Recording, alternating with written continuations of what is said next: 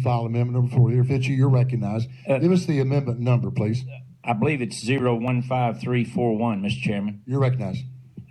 Basically, this just adds language to the bill, allowing the institutions of higher education to opt out of the bill or come into the bill, and it mirrors what we've done with private schools and colleges, and it takes into account the fact that we have four-year colleges of different sizes, and we have community colleges, and we have TCATs, all different. It would allow them to make their own decision by the chief administrative officer of the institution.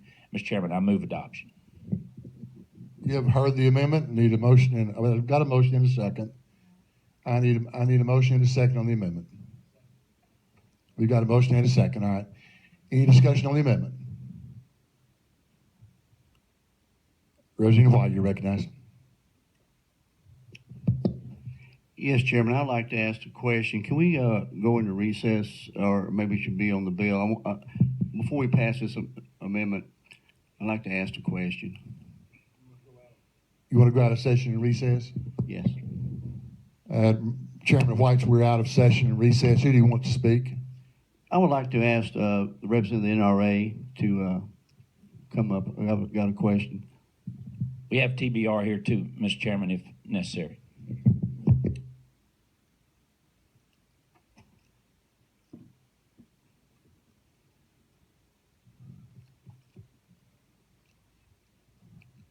If you will recognize yourself and give us your title and mention the fact that you're a multiple graduate of the University of Tennessee. I am. Go Vols. I'm Erin Looper, the National Rifle Association. I'm a state liaison for the state of Tennessee.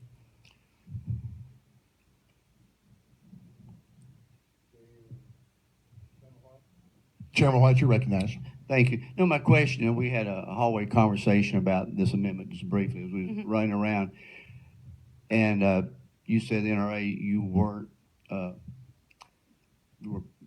opposed to this amendment, and I wanted to kind of get an understanding because we just had a brief conversation. We do oppose the amendment to provide the schools with an opt-out. This is to provide faculty, full-time faculty and staff, the opportunity to protect themselves and defend themselves, and so we definitely think that they should have that right in all circumstances. Okay, but my question is this. We just passed a bill out last week.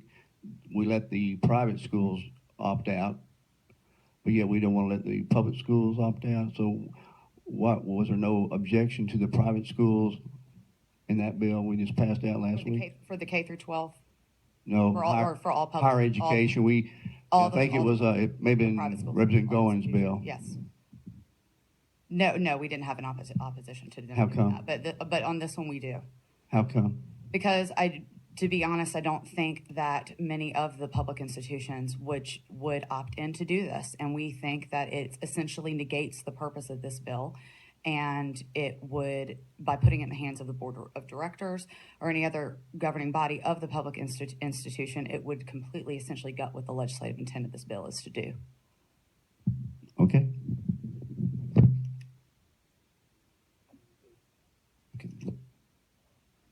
Learn to turn my mic on, it would help. Resident Attorney, you're recognized, ma'am. Thank you, Mr. Chairman, and thank you for appearing before the group. But the rationale you've just given is exactly what the representatives from the Institution of Higher Learning have against this. It takes away their authority on the local level at that particular institution to make a decision that's in the best interest of the employees and the student in that place. And so their argument is just the reverse of yours. If they have, first of all, I haven't had anybody to call and tell me or come by my office and tell me that they were waiting with open arms for this bill. They'd rather not have to deal with it. But they said if they have to deal with it, it should be on a case, they should be given the option to make the determination as to whether or not they would have it. And I think you inferred in your remarks that you didn't think that most of them would opt in. Well then, if they are the ones who have to regulate it, they're the ones it's going to happen on their campus, and if they choose not to opt in, so be it. So for that reason, I would not be in support of this. Thank you. Thank you, Mr. Chairman.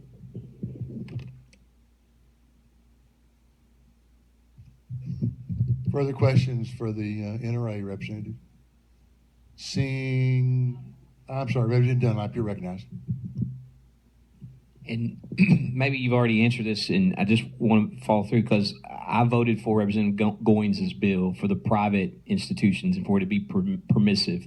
And I think that's why it gained that widespread support. And I think if we treat the privates, in that sense, I think with the publics, just to be consistent, I think that may be more beneficial. So for that reason, because I voted that way for that, that's the reason why I would vote to support this as well, to be consistent between our private universities and our public. So thank you.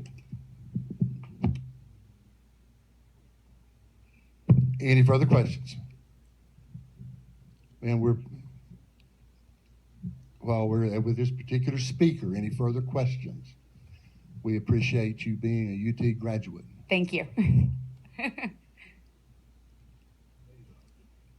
The request to go out of session any further, Representative White, Chairman White? You want to hear from the University of Tennessee and TBR. Let's get TBR, they're the closest.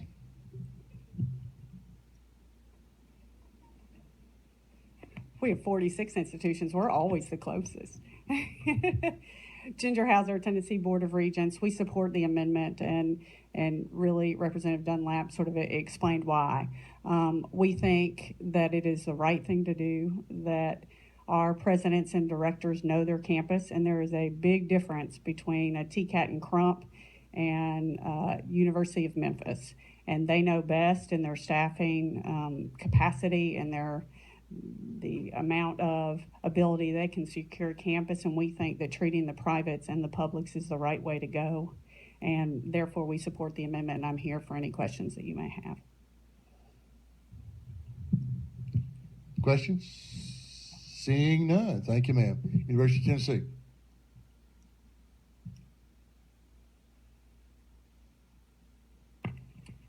Lou Hanneman with the university. Thank you, Mr. Chairman, committee. The University of Tennessee also, in general, opposes legislation that will bring additional guns on the campus. This amendment's a new one for us. We would, of course, prefer the latitude to adjust our policies on the campus as the Board of Trustees sees fit. I would also like to note that both the Senate and the House sponsors have worked with the university a pretty significant amount to make this bill somewhat workable. But again, philosophically, we are opposed to new guns legislation for the campus. Any questions from the folks from UT? Seeing none, we're out of session. Out of recess. We're back in session. We're on the amendment. And I think the amendment, Leader Fitzhugh, just for clarification, is 015341. Yes. Okay, I think there might have been a number 2 transposed, but anyway. Okay, we're on that amendment. Representative Holt, you recognize her. Thank you, Chairman and committee. And what I guess I would like to take from that situation is that we treat, obviously, private institutions and public institutions of higher learning differently here in the state of Tennessee. And in regard to that, I think this policy should be treated separately as well. You've already heard from representatives from the TBR and also from the University of Tennessee that if they have the opportunity to opt out, as will be given with this amendment, then the provisions of this bill will never meet the public, those full-time faculty and full-time staff that work on these public campuses. So by their own admissions, more than likely, if this opt-in provision is given, there's really not much need to continue debating the bill, it would seem, in my opinion, because they've already said basically this is not something that they want. What I would like to bring to you, if you indulge me just 1 second, Chairman, I'd like to bring to you some words from not the people who operate the campus, but the people who work on the campus, these full-time faculty and full-time staff who are literally, in some situations, in fear of their life. And what we see is that safety alert emails, which have been emailed